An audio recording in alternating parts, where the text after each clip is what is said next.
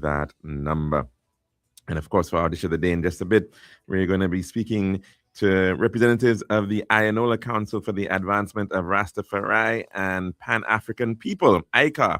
And they are in studio, and we're going to be having a chat with them as they lead up into their biennial general meeting, which is carded for a couple Sundays away, in fact, on the 29th of March. We now head across to our dish of the day. Serving now, the Daily Dish. And welcome back to our program here for today. And of course, there's so much going on in the world right now, but certainly turning to a domestic matter right here in St. Lucia. And it is the upcoming I don't know what to call it, the BGM, biennial general meeting of the Ionola Council for the Advancement of Rastafari. And it's happening on Sunday, the 29th of March, down at the Ionola Rastafari Heritage Roots Farm in La Pelle, Dennery, in the afternoon. Well, to tell us a lot more about that and the work of ICA, I'm so very pleased to have in studio the president of ICA, Mr. Aaron RCI Alexander, as well as the communications officer of ICA, and he is Mr. Bruce Rasking B. Ferdinand.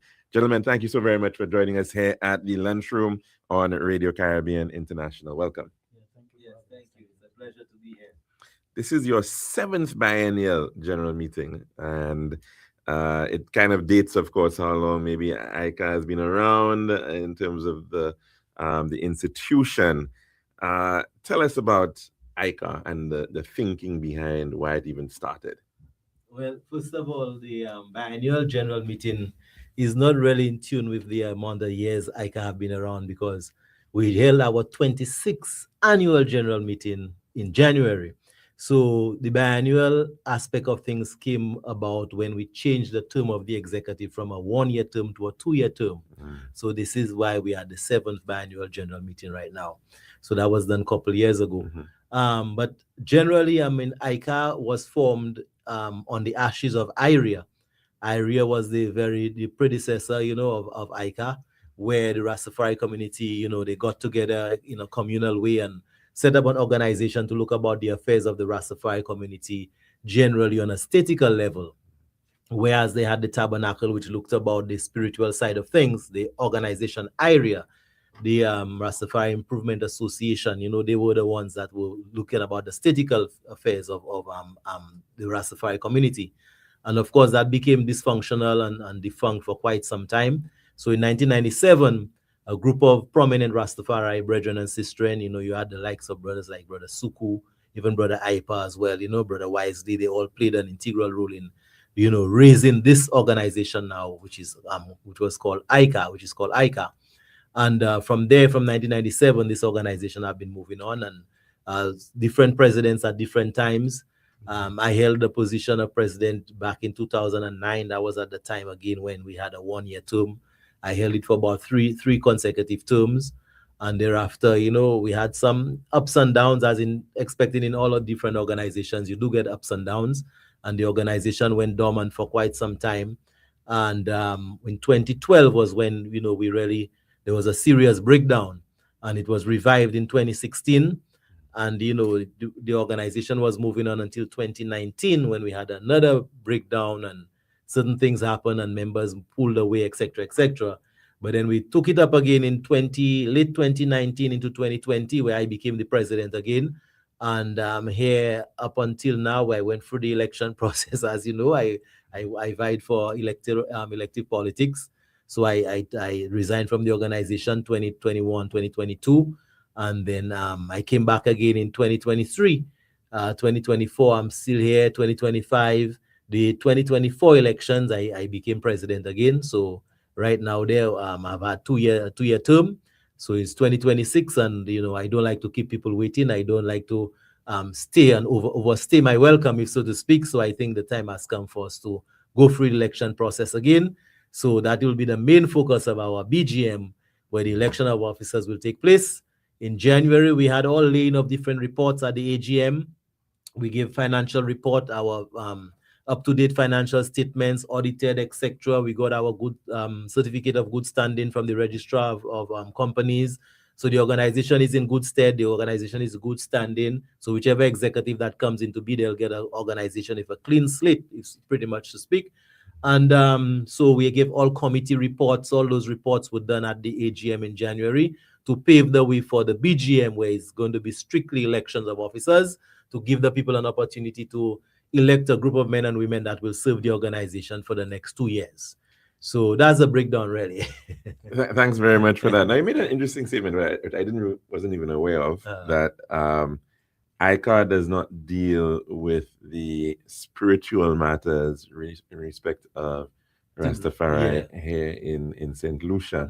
And you mentioned there's in fact a separate entity, institution that handles those affairs. But you're more interested in the, I suppose, the temporal, the non-spiritual aspects, developmental aspects of individuals. But I also seeing here in the title of ICAR, you're not only speaking to Rastafari, but also Pan-Africanism within that. Tell us a little bit about who can become a member of ICAR. Must you be Rastafari? I mean, what is the really the qualification, so to speak, for somebody to become a member of ICAR? Yeah, greetings again. Well, to become a member of ICAR, I guess you just have to be human, and either your vision, your aspiration, whatever it is towards Pan-Africanism or Rastafari. So any individual in that capacity can be, you could be white, you could be black, you could be, Chinese, it doesn't matter. It's just that your perspective, the perspective of Pan-Africanism and Rastafari, because that's what ICA is all about. That's what we embrace. And Rastafari is actually, Rastafari was actually derived from the Pan-Africanism. So it's just one thing. It's not a difference. It's just that we identify as Rastafari, but we still, look up to Marcus Garvey, which was one of the, biggest Pan-Africanists in history. So it's just like it coincides with each other, and it's just like one body. So whether you're a Rastafari, whether you have locks, it's just the ideology of the Pan-African movement, the Pan-Africanism, you could be a part of ICA. Now, of course, Rastafari have gone through tremendously tumultuous periods, especially right here in the Caribbean, and the treatment of Rastafari over the years, a certain level of self-loathing by the people who live right here in the Caribbean towards Rasta and people of African descent. Your views as to where we are at now in terms of the history, in terms of this journey that perhaps people of African descent are on right now? Well, Calix, the thing is, at one time we were fighting for self-identity, to be able to identify with our blackness and our consciousness. I mean, all throughout history, even through the Pan-African movement, we were asserting ourselves as descendants of Africa. So much so that even in the 1960s, when Haile Selassie visited the Caribbean, he called for the Caribbean region to become the 6th region of Africa. So we were all looking forward to identifying with Africa, etc. But the Rastafari community went a step further, and so much so that the Rastafari community started identifying a black god. We start going everything black. And then some other black people pull back and say, hey, wait, we find y'all going overboard, They call the Rastas crazy and, all that kind of thing. And the treatment meted out to the Rastafari community, as we all know, it wasn't good. There was a dread act in Dominica, so Rastas went through some real difficult times, and, a lot of persecution, and if some of them even got killed, and the fact that Rastafari were using the herb, as a sacrament, that in itself, and the herb was criminalized. So it criminalized the whole movement. So a lot of our development was stagnated, and people didn't want to deal with Rastas because they looked at them as, I think the late Sir George Odlum said, they were blown-minded soldiers, all these kind of things came about. But I think over the years, Rastafari have made a lot of strides, and generally, I think the acceptance is greater now than it was before. And right now, governments and prime ministers will entertain to sit with the Rastafari community. And we see that happening throughout the Caribbean, from Antigua with Gaston Brown in St. Vincent, where Ralph actually took a delegation to Ethiopia. So, even here in St. Lucia, we met with Dr. Anthony, and now with the Honorable Philip J. Pierre, he has entertained us, so I think by and large, there's a greater acceptance of the Rastafari community. And the thing is, we've decided to open up to Pan-African people as well, generally Black people, whether you have locks or not, you're welcome within the movement, because really there's no real Pan-African movement in St. Lucia, save ICA as a Rastafari movement. And, we got a lot of persons in the movement, Rastafari, people who decided, well, that's not the way to go. And we felt, if we have to continue on that wavelength of you have to have locks, you have to believe in the divinity of His Majesty to be part of ICA, we're going to get nowhere with that. It's high time we open up to general Black people. And as the communication officer said earlier, we follow the teachings of Marcus Garvey. Marcus Garvey was not a Rastafari.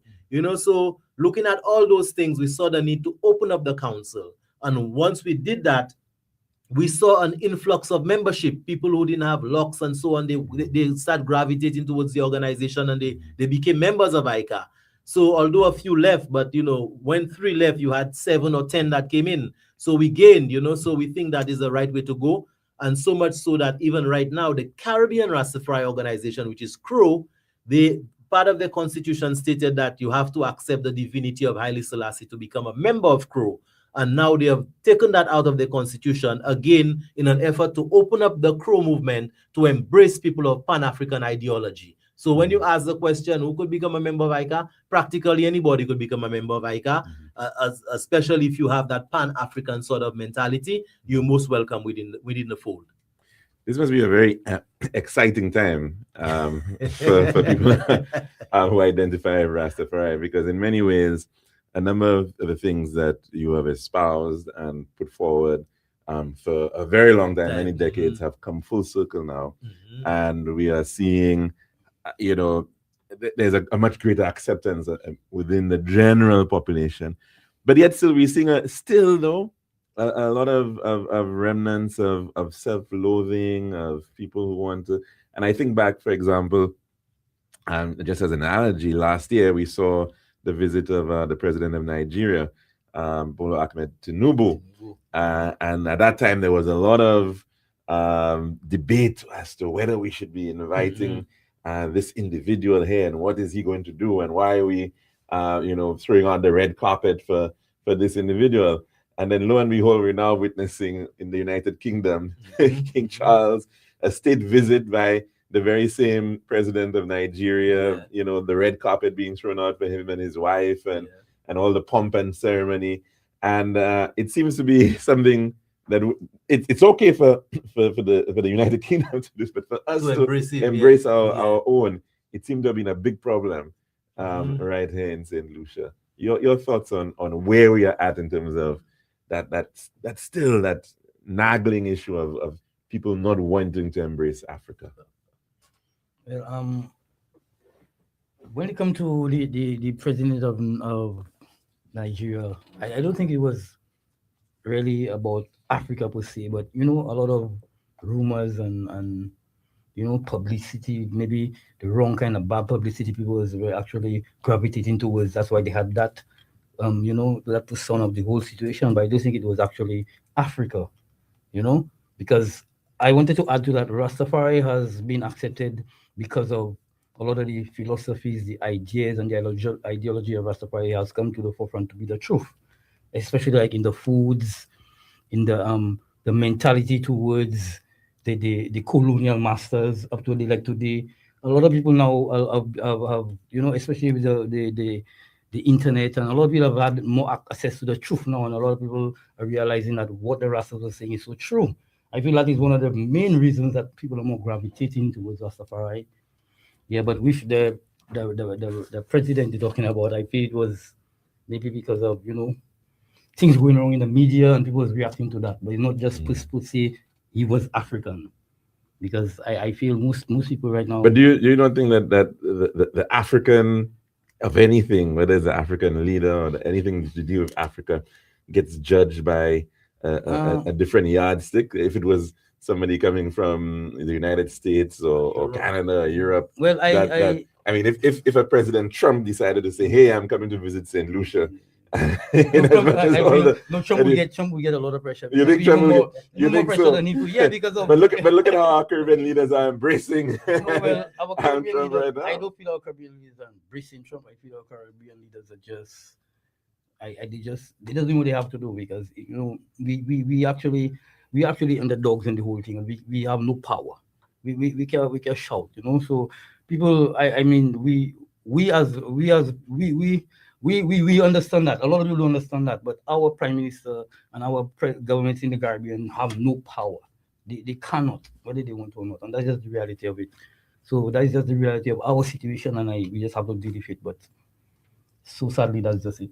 But if that was the case and we had no power, then we'd be embracing the all. We'd be embracing anybody who comes with some level of power. And that comes back to the same question: why is it that in the case of an African leader, we seem to be so, and not just any African leader, the African leader of the most populous country in Africa. Well, St. Lucia's on a whole, and we on a whole in the Caribbean. A lot of the time when you mention Africa, a lot of people would be like, African? I know African or St. Lucian, And we have that perception of we're proud to be St. Lucian, and but St. Lucia is just like a drop of water in Africa. And there was no population, there was no St. Lucia before Africa was there before St. Lucia. Without Africa, St. Lucia would exist because we took people from Africa to bring to St. Lucia. So our lineage and is African, whether we like it or not. But we right now people don't want to identify with Africa because of a lot of, over the years, bad publicity about Africa. We only see the places where people are poor, sick, diseases. They never show us where there's all the trains and the gold mines and the beautiful cities. And so we feel like Africa is like, we don't want to identify with Africa, Will that be one of the, perhaps in the future, one of the activities that ICA is going to be perhaps taking on? I mean, we know, for example, you have the Friends of Cuba, they plan trips to Cuba, and you have Christians, they plan pilgrimages to the Holy Land and to Rome and all sorts of. Is that maybe an area that ICA needs to take on in terms of maybe trips, pilgrimages, connections, the direct cultural connections to Africa? As you know, Calix, even in the CARICOM 10-point plan for reparatory justice, number 2 is repatriation. Now, Rasta is a big on repatriation. So I'm not sure if we'll look at those tours or pilgrimages and so on. I think we want to return. Some of us want to go back and settle in Africa. So if we have to get the opportunity to go to Africa, we want to go there in a way that we're prepared to stay, But with the hesitancy that you're dealing with right now, don't you think that the first step might be to just get people to actually go and see with their own eyes, decide, this isn't actually how it is portrayed in mass Alex, media, that they can see with their own eyes what is possible? Remember, everything is at the tip of your finger now. You could get the information, because some people see in certain cities of Africa now and they're saying, wow, boy, they cannot believe that's Africa. Like even sweeter and nicer than New York. So people are getting the information right now. It's just the people willingness to embrace the blackness, of what is theirs, as Africans. Now, like you stated earlier about Tinubu, the thing is that even people would quicker go for to become a citizen of America before a citizen of Africa. If you ask an average St. Lucian, where they would rather be a citizen of, if America or Africa, they'll go for America. Because again, we've been conditioned that way to think everything bad is black and everything bad is coming from Africa. We have not been educated on that level to know that Africa have places sweeter than America. Because the great United States, we all know about the poverty level. There are poverty, and I mean, we have to embrace what is ours as a people, embrace our blackness, accept who we are. And the faster we do that, the better, because right now, people crying over visa suspension from England and Americans. These are the same former colonial masters who had us enslaved. But yet still, we feel as if, we're going to die if we don't have a visa to go to America or we do get a visa to go to England. So it's high time we as Black people start to stand up. And even our leaders, CARICOM leaders, they need to take a stand, because collectively, the unity, that's our strength. Yes, we don't have power individually, but collectively we have this strength and the power. But when you have leaders like what the Prime Minister of Trinidad is doing, really undermining the whole CARICOM effort and so on, that is what really you call house slave kind of mentality. You want to go and bow to America and feel as if, well, it's all about the security of Trinidad. But right where America is, you should put your faith and confidence in a collective body that is closer to you. So if the CARICOM leaders could put their heads together, because my goodness, I cannot believe CARICOM leaders have actually thrown out the Cuban medical brigade. I mean, CARICOM should have been stronger than that to stand with Cuba. And what America is doing to Cuba there right now, with cutting off shipment of oil, the whole of Cuba in total black darkness. I mean, that is cruel. America is cruel. Donald Trump is cruel to be doing that to over 11 million people. That's heartless. And what really hurts as well, Calix, is the fact that the great Russia, the great China, they cannot break that blockade. Would America bomb your tankers to go and drop oil and thing for Cuba? So to me, all these countries are complicit in that whole thing against Cuba. And my goodness, man, we keep seeing that whole thing that His Majesty talk about, the philosophy that holds one race superior and another inferior. That is on the world stage right now, where America feel they could do what they want to, who they want. Now Trump is talking about going and take Cuba and do what he wants if it. I mean, this is, man, sometimes I just consider, boy, like Bob Marley said, maybe total destruction is the only solution, Calix. Real, Gasa. So Rasta not looking for any visa to go. Nah, man. We burn fire on that, man. We burn fire on that, and we want our Prime Minister to take a stand. I know his back is against the wall, but Mr. PM, you have to be strong, and put the case to the people, because I don't think St. Lucians will, at the expense of losing a visa. I rather proper healthcare than get a visa to go to America. If the Cubans can assist us with proper healthcare, I rather that than a visa to go to America. So all the people that will cry over a visa to go to America or England, man, we have to check ourselves and open our eyes and take a stand against the kind of thing that's going on in the world right now. Very, very interesting points indeed. And I definitely want to be hearing some of the outcomes of that biennial general meeting that's going to be coming up soon. I think maybe I'll have to join too. Yeah. But of course, it's happening on Sunday, the 29th of March, 2026 at the Ayanola Rastafari Heritage Roots Farm in Lapel, Dennery, from 1 o'clock until 4 in the afternoon. And of course, you can update your membership on site at the event itself. You can register as well on the same day as well. And of course, you won't be allowed to enter the hall itself if you're not financial. Correct. Dues are how much per well, day? It's $5 a month. Okay, 60 per year. 60 per year, and it's only $1 to register, Alex. Okay. So now, for those who want to get down, especially in the Castries area, you want to tell us about transportation? Yeah, we have transportation leaving the Derek Walker Square, and we have transportation in the south at the Viewfort Town Square, leaving at 12 noon, bringing you to the meeting and back. Okay, all right. And that's free of charge. So that's free transportation for those who want to actually attend that meeting from Derek Walker Square in Castries, of the V4 Square, Independence Square in Viewfort at 12 noon, and you'll be returned back. Now, of course, you've got a number of positions up for re-elections. Okay. All positions will be, we have to dissolve the entire board. Right. And also the executive board will be dissolved and the trustees board will be dissolved as well. Okay. So all positions are open. Okay, and of course, it's not by raise of hands, it's by secret ballot. Secret ballot, yeah. So you'll have the opportunity to do so as well. Some people catch feelings, when you don't vote for them. So they'll not know who vote for who.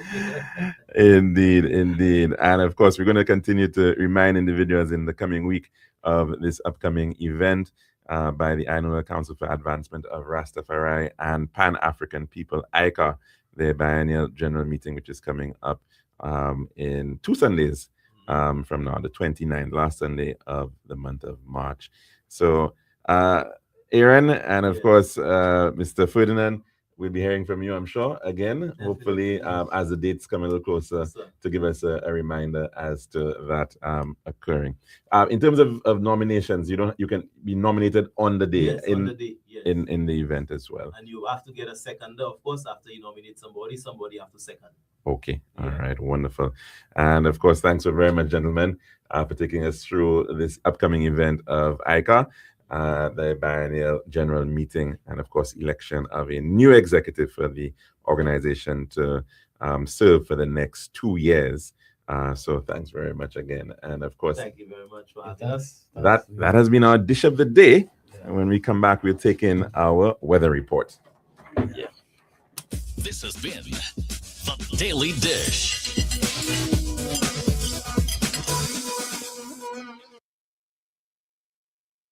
Girl, I've been so stressed searching for the perfect tiles to complete my home. Really? Yeah, it's always the same white, beige, and gray tiles with the tile stores. Like they're all buying from the same place. You're the design expert. Help me, please. I'm fed up. What are you looking for? Something different. Something that says Caribbean beauty and suits my personality. Something vibrant and classy with a little razzle dazzle.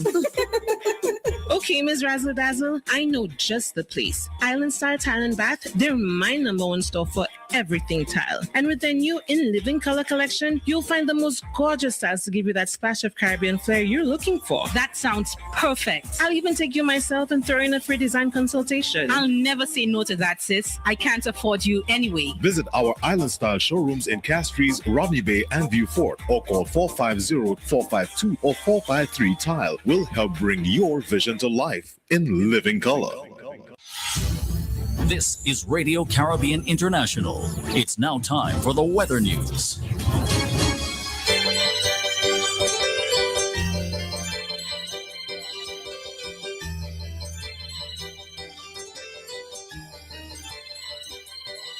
So of course on the 1.1, it's now time for your weather report as of 12 noon today, presented by Island Style Tile and Bath.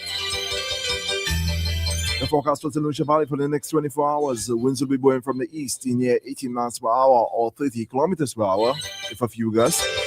Weather fair to partly cloudy skies with a few brief showers. And there is an advisory in areas where small craft operators and sea bathers are advised to exercise caution due to above normal seas. The forecast for the Lesser Antilles, fair to partly cloudy skies with a few brief showers. And the weather summary, the Atlantic high pressure system will generate moderate easterly winds over the region. A gradual reduction in wind speed and sea swells is expected during the next few days. Also, patches of low-level clouds drifting along the wind flow will produce a few showers over the island during the forecast period. And this has been your weather forecast as of 12 noon today, presented by Island Style Tile and Bath. This has been RCI's Weather News. For more information, call the Weather Hotline at 454-3452. RCI 101 #1.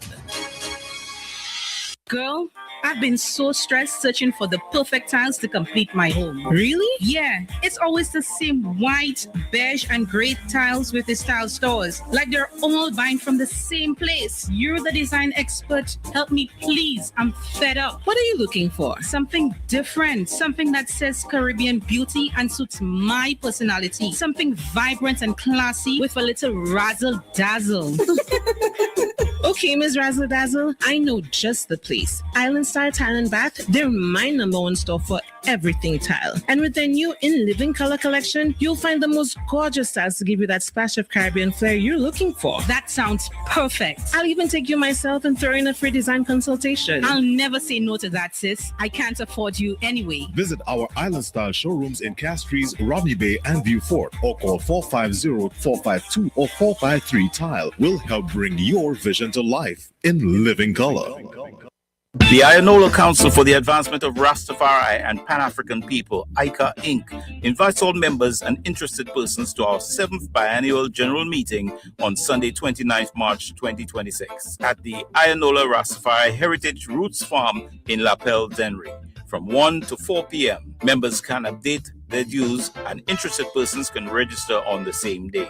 Please note, only financial members in good standing will be allowed in the meeting hall. Transportation will be provided at no cost. Buses will leave the Derek Walker Square and the Viewfort Town Square, respectively, at 12 noon to the meeting and back.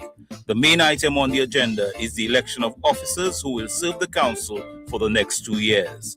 Elections will be conducted through secret ballot. All members are asked to make a special conscious effort to attend and be on time. All Rastafari and Pan-African people, rise and shine. Come one, come all, one God, one aim, one destiny. Africa for the Africans at home and abroad. Hurry and rush to serve your nation.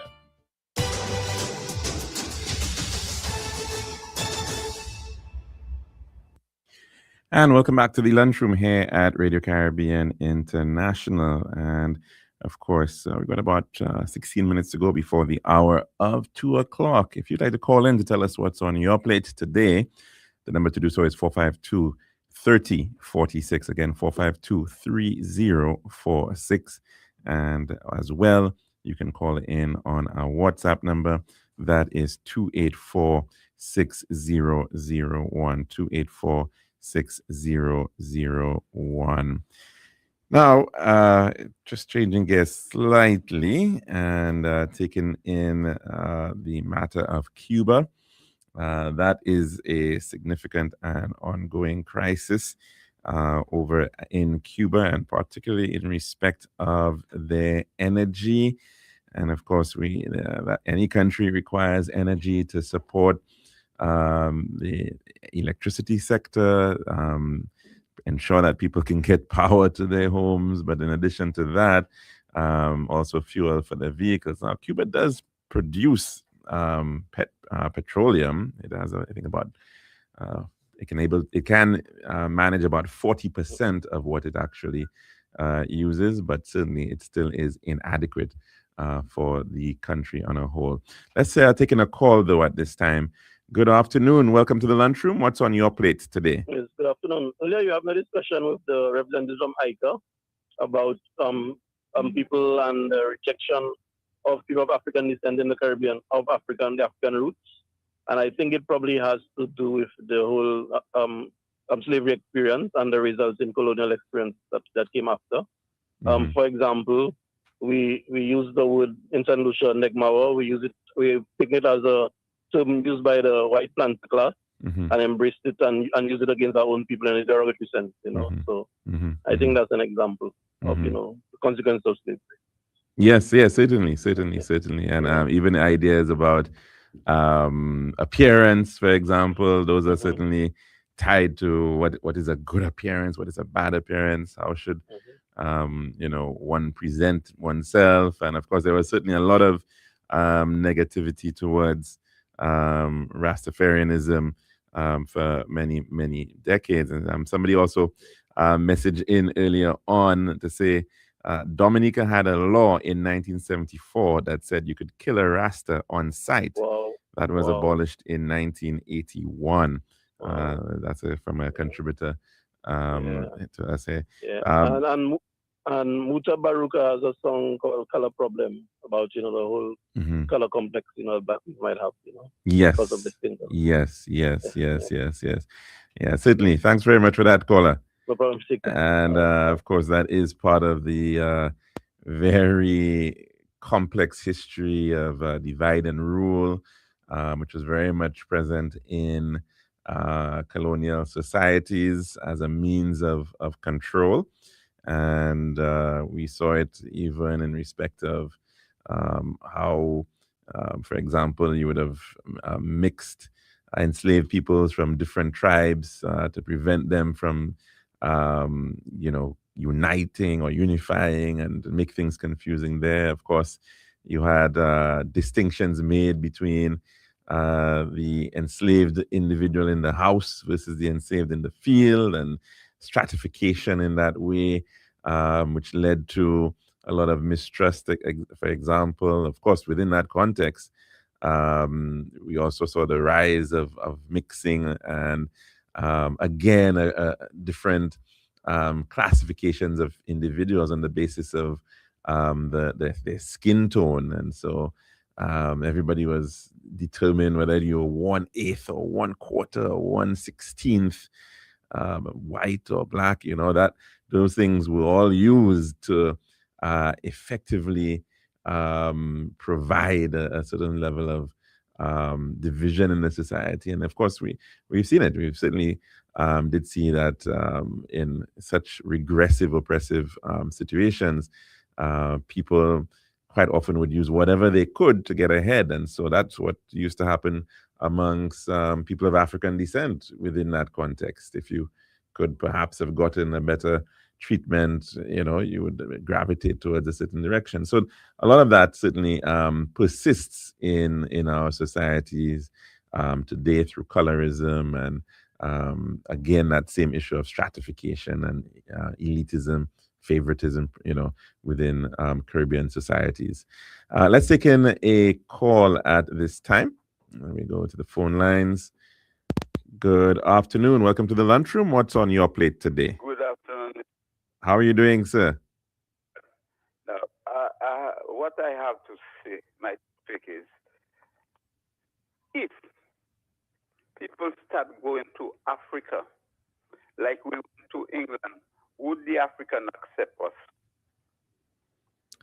Well, there has been a growing interest and level of interest by people of people in Africa, Africans who live in Africa, and at least at the political level, certainly, we're seeing a lot of effort by the African Union, agencies like the Afrexim Bank, the Africa Import-Export Bank, to build on what has been declared as the 6th region of Africa, that is the Caribbean.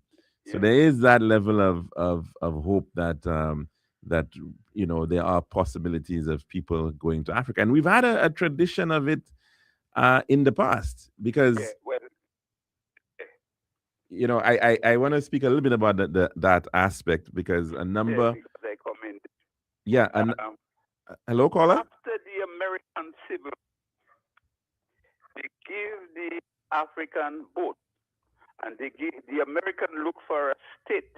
Liberia, yes. Africa, which was Liberia. Yes. Most of the Africans that went there, they couldn't even in the capital. Sorry, I'm not hearing you, caller. They could not what? Most of the West Indian or Americans that went to Liberia, yes, they couldn't even leave the capital and go into the interior and them go back to America. But they have some, well, the descendants, they are about probably dead, wiped off now, but the descendants still there. But in the capital,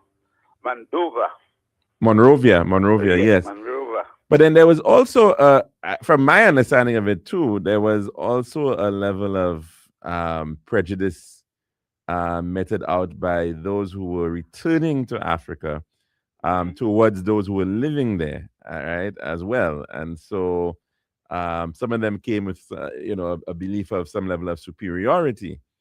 And so that would also sometimes cause challenges. Now, of course, let's face it, once you're having people coming from different spaces, we see it in the Caribbean all the time, we make ridiculous distinctions. Well, this person is a Bajan and this one is a Grenadian and this one is the Bajan called it solution for foreigners. Right. They so don't call us small island because we bigger than them.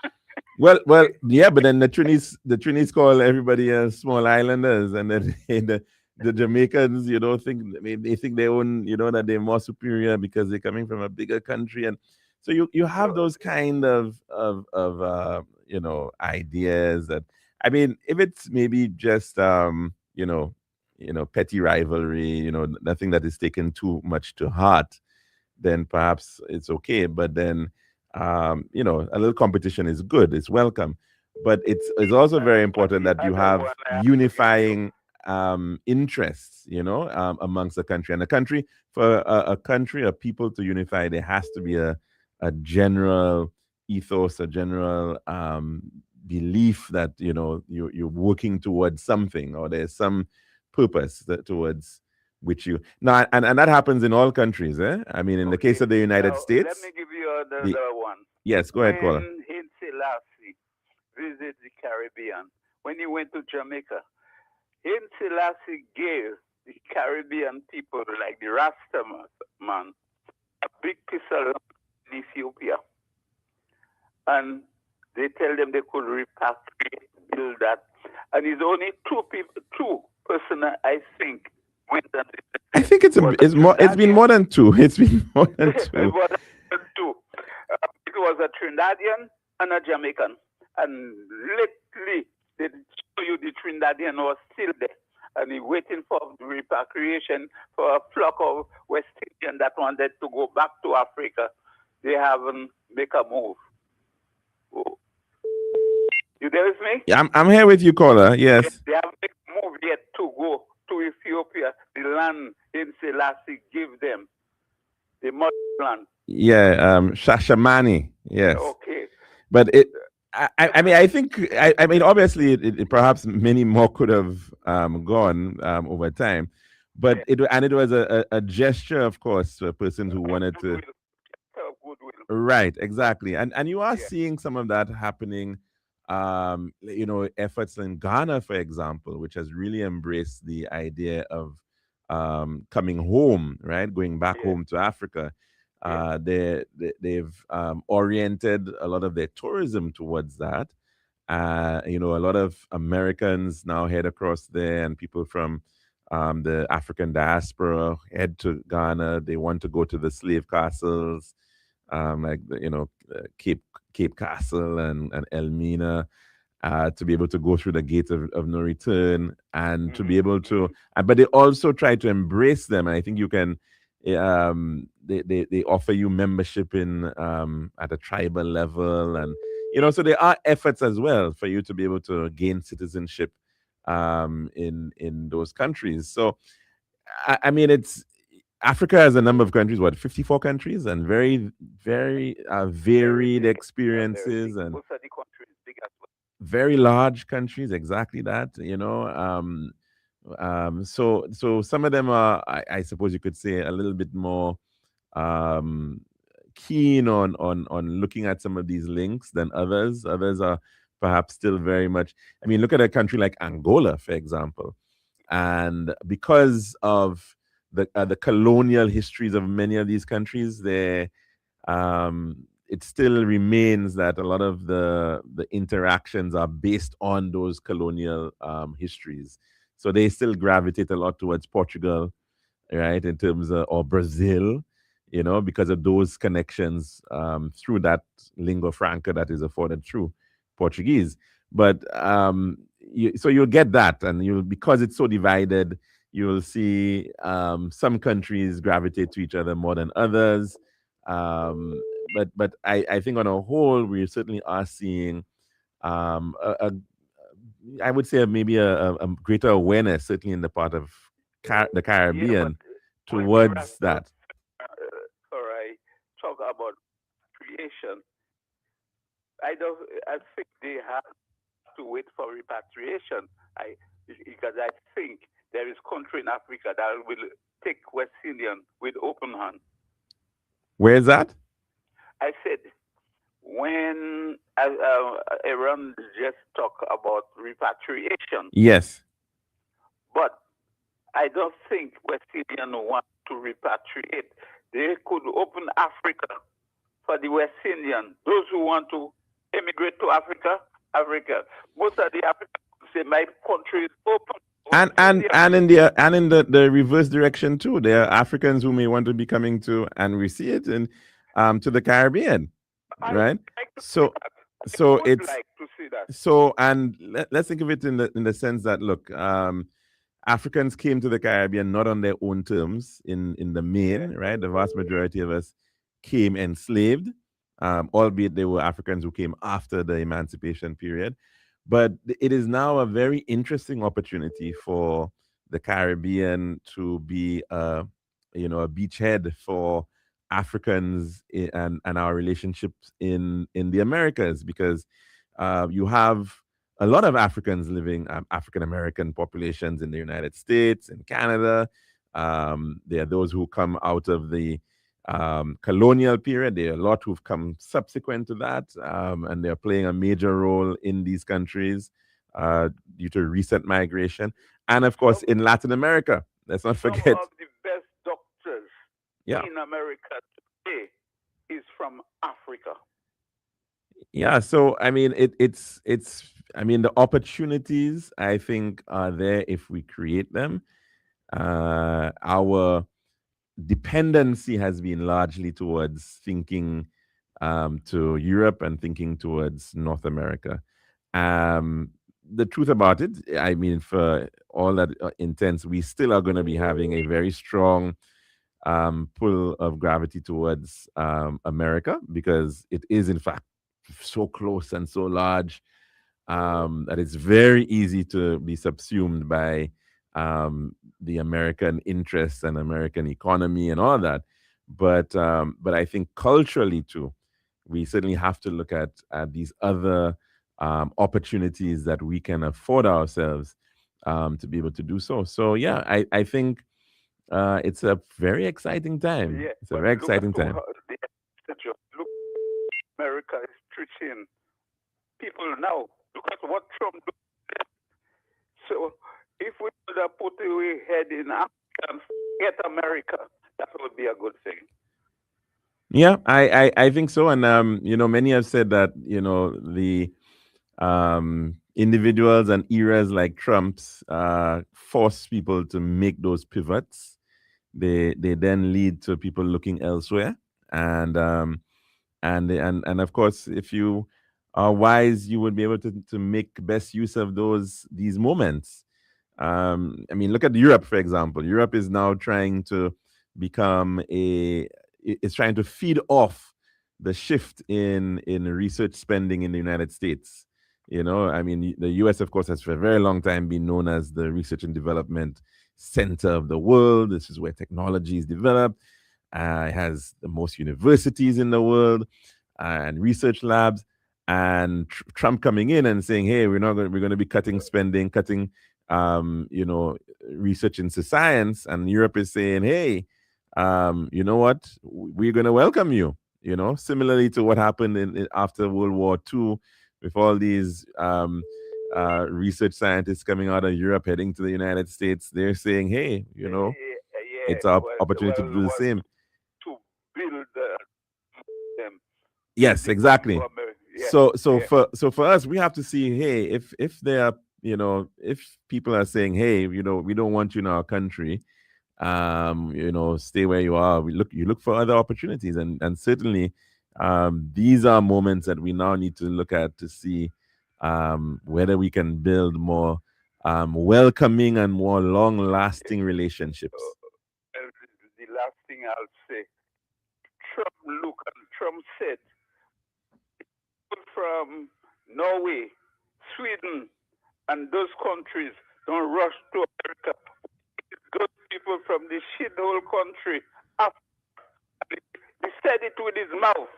Yeah, I'm not sure that he got any more Swedes or Norwegians to want to come to the US by making that statement. But anyways, caller, we're gonna have to leave it there for now. Yeah, okay. Good afternoon, Mr. John. Take care, all the best.